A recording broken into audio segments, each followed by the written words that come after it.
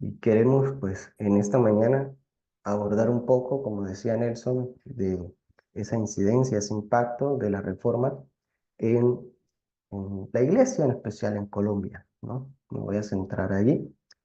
También hablando un poco, de pronto, en ocasiones, desde esa poca perspectiva que he tenido al conocer también algunas comunidades en diferentes lugares del país. Bien, así que lo que voy a presentar también no pretende ser muy exhaustivo, ¿sí? De pronto no tiene quizá, sí, muchísima profundidad en todos los detalles, ¿no? No es muy minucioso, no vamos a entrar allí en eso. Y tal vez también presentar algunos desafíos o retos que nos plantean los principios de la reforma. Bien, entonces voy a pasar allí a compartir pantalla. Espero que sí se pueda observar. ¿Sí? Se deja observar bien. Ok. Y bien, el título es La incidencia de la reforma protestante en la iglesia latinoamericana, pero como dije, nos vamos a centrar en especial en nuestro país, ¿no? En Colombia. Bien, y para esto también lo hice, traté de hacer una investigación desde algunas fuentes que tal vez han tratado también de mirar desde Latinoamérica cómo la reforma ha impactado, ¿no? Estoy hablando de algunos como Christopher Hayes, otros como Harold Segura, ¿sí? Otros exponentes como Nora Lozano, Pablo Deiros, Justo González, ¿sí? Entonces, lo que diga parte y en gran parte está apoyado en sus ideas, ¿bien? Lo que se expone aquí. Bien, entonces vamos a proceder y hay que entender la reforma protestante, hablar un poco de ello, de cómo se originó, para luego pensar en esa incidencia, ¿no? Ese impacto que tuvo. Entonces, el contexto histórico nos ayuda en eso. Pues, es Europa del siglo XVI y recordamos, comenzó con Lutero y sus 95 tesis en el 1517, el 31, día que también se celebra, bueno, en iglesias de tradición. Eso es importante reconocerlo, porque en nuestras comunidades, digo, las comunidades ya más hacia el pentecostalismo, de pronto lo tienen asociado y se recuerda tal vez por los medios, por las redes sociales, ¿sí? Pero no hay como tal un conocimiento, pues, bastante certero de eso y a veces no se tiene allí, ¿no? En nuestras comunidades como algo importante. Nuevamente hablo de nuestras comunidades, de la comunidad en la que provengo y en las que he tenido la oportunidad de servir y las que conozco también en el ámbito, pues, del pentecostalismo. Bien, entonces hay una crisis de la Iglesia Católica y hay corrupción. Allí hay algunos elementos que parten de esa corrupción también, que es la simonía, compra y venta de cargos, las indulgencias, que va a ser un punto importante, crucial también, por lo cual Lutero quiere debatir y por eso coloca las 95 tesis, porque él abre la puerta a un debate, ¿no? Específicamente es eso, quería debatir. Y también estamos en el momento del Renacimiento y por eso el aumento del pensamiento crítico es bastante importante, ¿no? Esa libertad que hay también para pensar, repensar y también poder cuestionar las estructuras de poder, precisamente la iglesia en su momento, ¿no? Estaba pues bastante ligada, conectada también con el poder, con el gobierno de turno. Y tenemos también la imprenta. Hay avances en esto y es fundamental porque es a través también de la imprenta que se da a conocer este pensamiento, estas ideas también de Lutero, ¿no? Lo que especifica allí en las 95 tesis. Bien, y también hay otros elementos que se dan a conocer y pues la imprenta es bastante importante, es crucial para que esto llegue a oídos, para que llegue también a los que estaban en ese mundo en este entonces en Europa.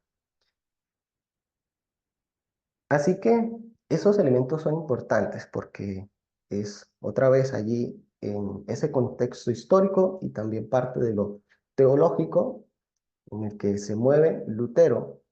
En especial nos vamos a centrar bastante en Lutero, en estos puntos de la Reforma.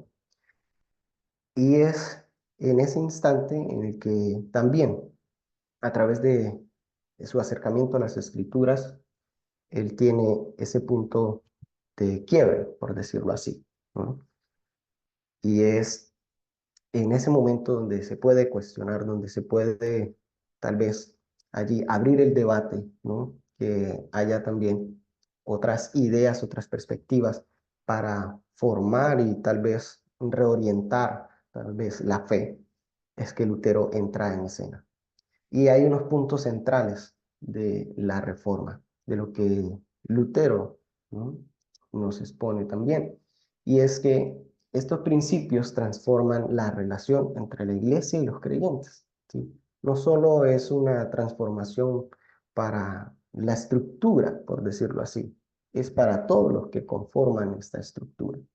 Recordar que inicialmente, pues, Lutero no tenía la intención de, por decirlo así, desarmar, ¿no?, eh, lo que se había construido, ¿no? Derribarlo completamente, ¿no? Destruirlo, ¿no? A veces se tiene de pronto, y en otros círculos evangélicos, esa idea, ¿no? Que era un derribar, un destruir de todo lo que provenía desde el catolicismo, y pues no es así. Eso se vio en otros círculos también desde la Reforma, después, ¿no?, como los radicales, por ejemplo, ¿no?, que querían desligarse completamente de todo lo que viniera de lo católico, ¿no? Bien, entonces vamos entrando aquí en materia de esos puntos centrales, porque de allí pues va a depender en gran medida lo que viene, esta exposición.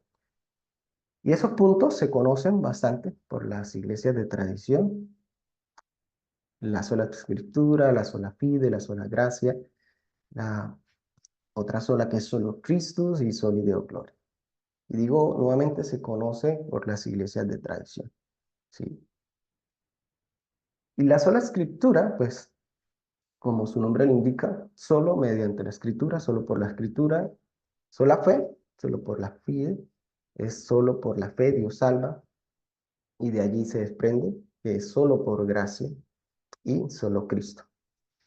Y al final tenemos a Dios, que es toda la gloria. Bueno, vamos a ir entonces tratando de pasar por cada una de ellas y abordar un poco esas repercusiones que tuvieron en su momento y que también siguen siendo vigentes hoy, esa relevancia, ese impacto para nosotros, para la iglesia, hablando de la iglesia evangélica, ¿sí? Iglesia evangélica en nuestro país. Bien, entonces la sola escritura, y este principio aborda la escritura como esa autoridad máxima, ¿no? En el tiempo de Lutero se había propagado la idea de la tradición eclesial, que era importante, ¿no?, y es importante, pero se tenía incluso a la par de las escrituras o por encima de las escrituras, ¿no? Entonces, lo que hace Lutero es que se vuelva a las escrituras como esa autoridad máxima. Ahora, nosotros hoy podemos ver esa relevancia en nuestras comunidades, las comunidades del mundo evangélico. La escritura es autoridad, y si preguntamos en nuestras comunidades, pues nos van a decir que sí, la Biblia es autoridad, ¿no? La Biblia es autoridad, autoridad divina. Pero también tenemos el desafío de redimir aspectos de la tradición en la vida eclesial, en la vida de la iglesia, porque tendemos también desde el mundo evangélico a desvirtuar, a tal vez satanizar, ¿sí?, a rechazar todo lo que provenga de tradición que sea también católica, ¿no? Y si hablamos de tradición católica dentro del mundo evangélico, pues, ¿qué queremos redimir, ¿no? Parte de eso, lo bueno, tiene que ver, por ejemplo, con la acción de La confesión, ese es un elemento también que necesitamos redimir. Los sacramentos, ¿no? Parte de esos sacramentos. ¿Mm? Necesitamos una liturgia más rica, ¿no? Hablando desde las comunidades que he podido tener la oportunidad de visitar, una liturgia más centrada en Cristo, en la palabra, por ejemplo, ¿no? Necesitamos redimir ciertos elementos de la tradición en la vida de la iglesia. Entender que no están por encima de la iglesia y que también la tradición, por ejemplo, los padres de la iglesia, se puede acudir a ellos, se puede acudir a ellos, claro que sí. Y tenemos que analizarlo a la luz de la escritura.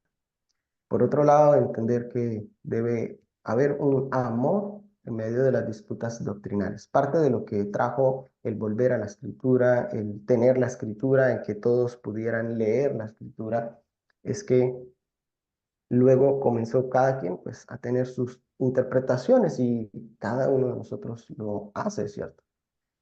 El hecho es que la interpretación de cada uno se convirtió como en una especie de autoridad inspirada, a veces incluso por encima de las escrituras, ¿no? Y se llegó incluso a la violencia porque no se piensa como nosotros, como nuestro círculo piensa, y en los círculos de los reformadores, en estos movimientos que se generaron, pues hubo disputas, ¿no? Hubo no solo disputas entre católicos y protestantes, sino dentro de los mismos protestantes, ¿no? Y debido a esto de cómo se lleva a cabo, pues, la interpretación, las opiniones, los conceptos que se daban, ¿no? En cuanto a doctrina, y bueno, esto generó en realidad pues violencia dentro de las comunidades, ¿no? Y ya mencioné un poco pues de esa reforma radical de los que eran considerados el ala izquierda, ¿no? Ahí tenemos también en ese sentido a un grupo que surge como los anabautistas, ¿no? Bueno, allí hay como de que unas disputas en cuanto a los que quieren desligarse completamente de todo lo que provenía del catolicismo y pues que vieron que en parte los reformadores como Lutero que mantenían ciertas bases, mantuvo Lutero muchas bases del catolicismo.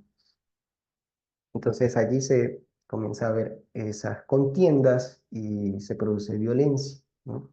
Como lo que se conoce también en esta guerra de los campesinos con Munzer, por ejemplo, ¿no? Bien, entonces el desafío también, el llamado para nosotros hoy como iglesia es a reconocer que si bien tenemos esa libertad para acercarnos a las escrituras y qué bueno que tenemos las escrituras hoy, pues debe haber amor, amor en medio de esas disputas. No debe haber imposición, no debe haber esa violencia. Estamos en un país bastante violento, perdón, bastante afectado por ello y necesitamos como iglesia ser agentes de cambio, agentes de transformación a través de la palabra y no pues echar más leña al fuego. Eso es parte de lo que generó entonces en ese tiempo el volver a la escritura, esa interpretación personal y accesible, también que nos ayude a una lectura más comunitaria y dialogante. Volver a la escritura sigue siendo relevante hoy porque nos ayuda no solo que cada uno en su lugar donde estemos, ¿cierto?, pueda acceder a las escrituras y tener una vida espiritual, personal, ¿sí? En el mundo evangélico se habla mucho de esto, una fe pues muy personal, una relación personal, pero el volver a la escritura también es volver a ella en un sentido comunitario, ¿no? Y esto tiene grandes repercusiones para nosotros hoy. Y en esa medida podemos, al volver a la escritura, combatir el legalismo o el énfasis en normas culturales y prevenir esa manipulación de la fe para fines personales o políticos, ¿no? Y esto se ve mucho hoy en día, pero en parte es porque hay un analfabetismo. Se tienen las escrituras, pero no se medita, no se escudriña, no hay un estudio concienzudo, responsable de las escrituras, ¿sí? Las tenemos acceso, pues aquí en Colombia lo tenemos, pero otra vez no hay esa responsabilidad también por ese estudio, por meditar en ella. Creo que esa es una tarea también que hoy tenemos, cómo volver, ¿no? a, a ese énfasis del fundamento, la palabra, y no solo en el sentido individualizante, sino comunitario, que nos ayude a contrarrestar también el legalismo, ¿no? O la manipulación, ¿no? La tergiversación de las escrituras, ¿no? Y esto se hace desde el diálogo. Sí, tenemos que abrir espacios de diálogo en nuestras comunidades para ello, ¿no? Lecturas más comunitarias, dialogantes. Bien, el otro principio de la reforma y que sigue siendo relevante, la fe en Cristo, la sola fide. Fe en Cristo como Salvador. Y esto parece que todos lo tenemos claro, ¿no? En las comunidades cristianas, que las obras no salvan. Sin embargo, todavía se alude mucho a lo que uno puede hacer para ganarse el favor de Dios, ¿no? Su beneplácito o su amor o su bendición.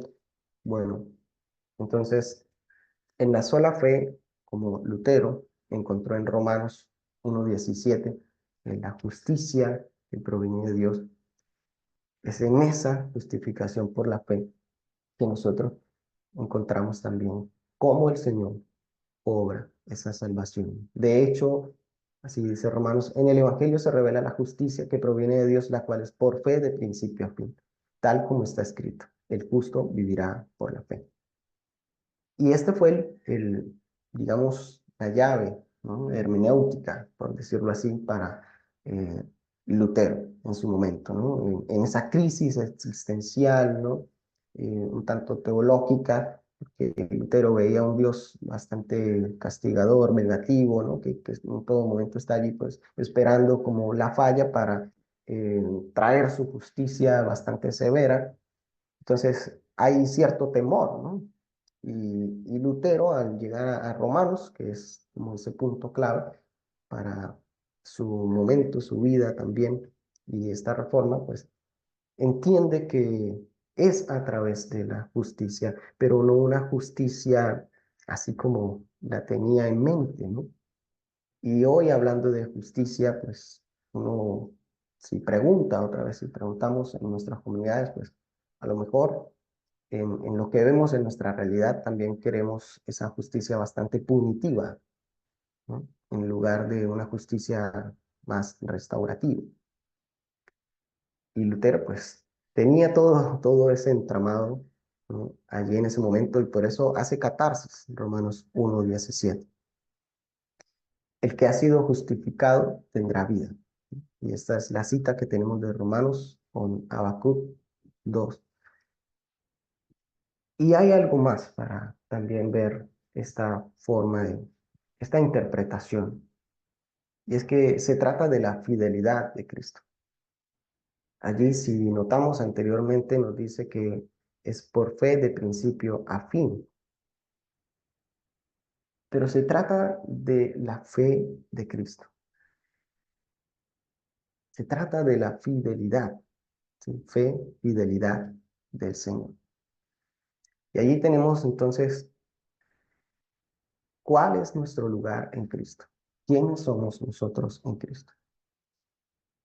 Pero hoy esto sigue cobrando relevancia porque la iglesia se sigue preocupando mucho por los imperativos, el qué tengo que hacer para ganarme esa fidelidad. Y no hemos entendido que ya tenemos un valor, ya hay un lugar en Cristo, ¿no? Esa justificación. hemos sido justificados, tenemos vida por su fidelidad. Pero esta es una tensión y no es nada fácil de resolver en las comunidades evangélicas, es imperativos e indicativos, ¿no? Siempre que menciono esto, hablando de los evangelios, cómo Jesús también ejemplifica esto, ¿no? Cómo acceder a esa salvación. Recordamos, por ejemplo, allí en Juan 6, ¿cuál es la obra? ¿Qué obras quieres que hagamos? Le dicen allí los que están buscando nuevamente a Jesús para satisfacer su hambre, para ser llenos, llenos en la barriga. Y Jesús les dice, yo quiero que crean en aquel que ha enviado el Padre, ¿no? En el Hijo del Hombre. Y puede ser que lo tengamos ahí, nuestras comunidades lo tengan en la cabeza, ¿no? En la teoría, sí, hay que creer en Cristo, ¿no? Creer en Él, pero siempre eso está como muy ligado a, bueno, hay que hacer algo más para, ahora sí, tengo que creer para creer. Y resulta y pasa que la fe y este principio, pues, es importante tenerlo en cuenta porque no es la fe en la fe, ¿no? Después de todo, no tenemos fe porque nacemos con fe, ¿sí? Sino es por la experiencia, como dice Eduardo Arens, experiencia con el Señor, en esa relación con Él. De allí nos viene la fe, ¿no? Tenemos un texto que nos dice, la fe viene por el oír la palabra, pero Abraham es justificado. ¿Y en qué momento? Entonces, escucho hablar del mensaje, ¿no? Pues es Dios mismo quien sale a su encuentro. Es esa revelación, es esa experiencia, es ese llamado que tiene con el Señor. Y en ese encuentro, allí Abraham también va teniendo fe. La fe viene a Abraham y es justificado por la fe, ¿no? Es justo por la fe. Le fue contado por justicia, dice en Génesis 15. Así que la sola fe sigue siendo relevante hoy porque nos invita a mirar a Cristo, en quien nosotros tenemos también que acudir para descansar a Él y no reducir el Evangelio a una serie de creencias o doctrinas para ser salvos. No permitir que la creencia, que la fe se convierta en idolatría. La fe en la fe, descansar en el Señor, en su fidelidad. Es su fidelidad. Porque esto no depende, la salvación no depende, ¿sí? Ni siquiera de lo que podamos hacer, ni siquiera de nuestra fe. Esto va más allá de nuestra fe. Estas son parte de las repercusiones que tiene hoy en día este principio.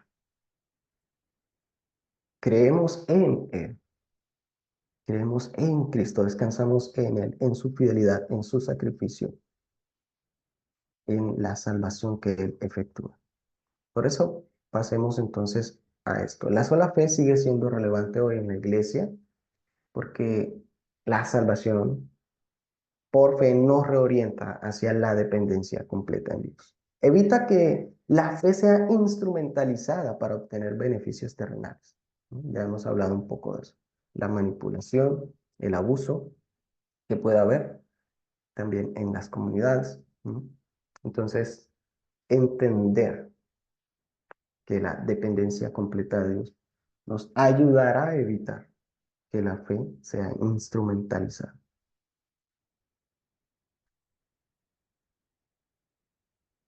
El otro principio, otra sola gracia, es básicamente no se paga por la salvación. Y en el tiempo de Lutero también era por que no se quería ir al infierno, ¿no?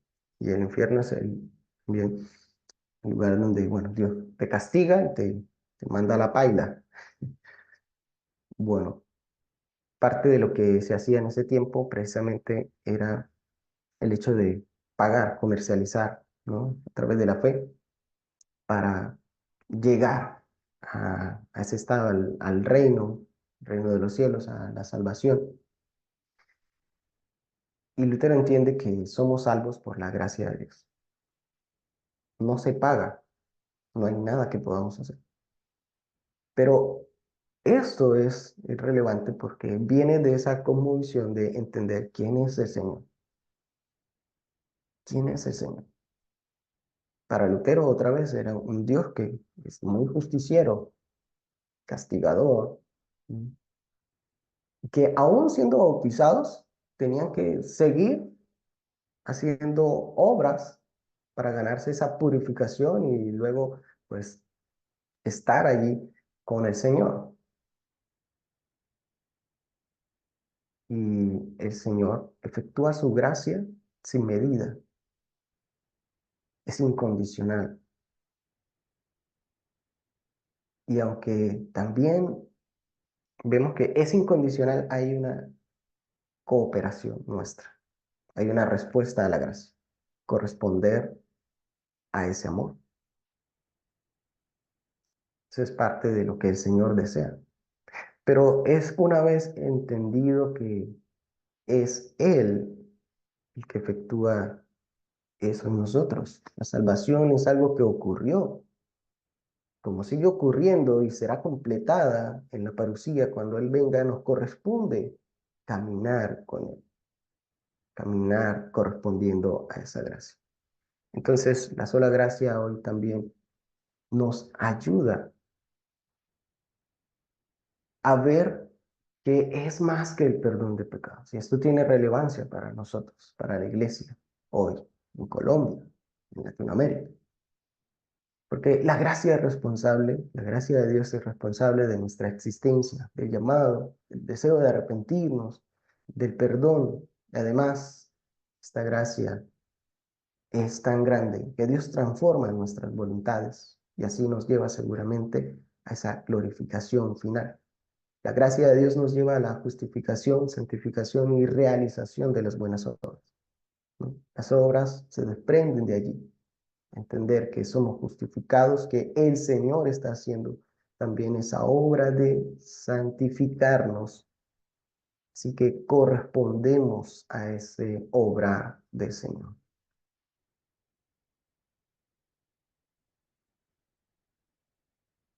Y en esa medida es el Señor el que efectúa esa salvación y es el único mediador, dice este principio de la sola escritura. Cristo es la palabra de Dios encarnada, es el Logos, como también lo dice el evangelista, como lo dice Juan. Cristo es la autoridad máxima de la iglesia. Cristo. Y en este punto de solo Cristo, la reforma también abrió el panorama para entender que todos a la mesa somos iguales. Entender que todos somos sacerdotes.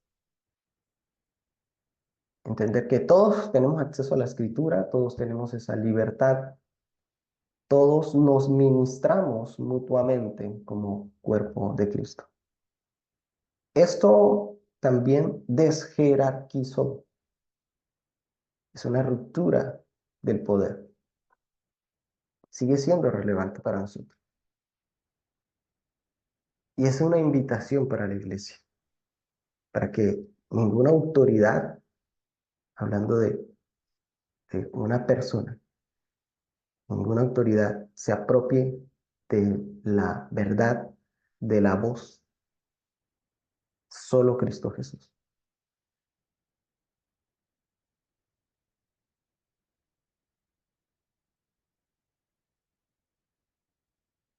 Así que el sacerdocio universal hoy sigue siendo muy importante, porque nos permite a todos entrar en esa comunión, como dice Juan en su primera carta, iniciando su carta, que haya comunión con el Señor los unos con los otros. acceso directo a Dios. Porque lo que se decía en el tiempo de la Reforma era que el sacerdote tenía solo esa mediación, ¿no? Pero ahora tenemos la oportunidad de servirnos mutuamente.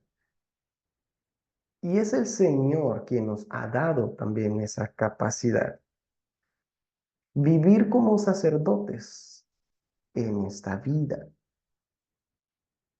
es una participación activa, no solo en la vida eclesial, sino en todos los ámbitos de nuestra vida. Y a veces lo que en nuestras comunidades, otra vez hablando de las comunidades en las que he podido tener la experiencia de visitar, cuando se piensa en sacerdocio universal, ser comunidad, cuerpo de Cristo, que hacer de la iglesia, desligamos lo que tiene que ver con la tarea diaria, con lo espiritual. Y ese servicio se reduce a lo eclesial, a las cuatro paredes, a X ministerio, a X liderazgo, ¿sí? Dentro de lo eclesial. Y el sacerdocio universal de los creyentes nos llama, hoy nos invita a involucrarnos en el bienestar y la justicia en la sociedad. Es un compromiso de amar desinteresadamente y radical al otro. Esto es evangelio,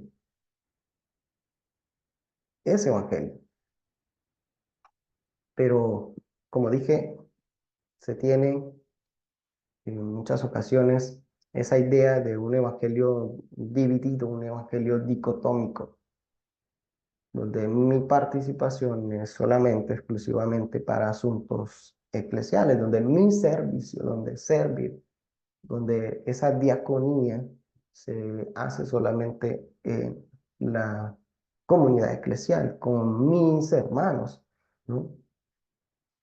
Y aquí, pues, esto se extiende, no solo hablando del servicio a lo eclesial, sino a todas las áreas de nuestra vida. Es un llamado a involucrarnos en el bienestar, sí, primeramente de los nuestros, sí, claro que sí. Pero no podemos olvidar a los que no están con nosotros. Hay que hacer un llamado a esa invitación para formar parte de esta comunidad, que entiendan que hay una identidad, que somos reyes, sacerdotes, como lo dice Primera de Pedro, con unos propósitos, ¿no? Con unas razones también, unos propósitos específicos, seguir siendo evangelio, proclamando esas buenas nuevas, esas maravillas del Señor.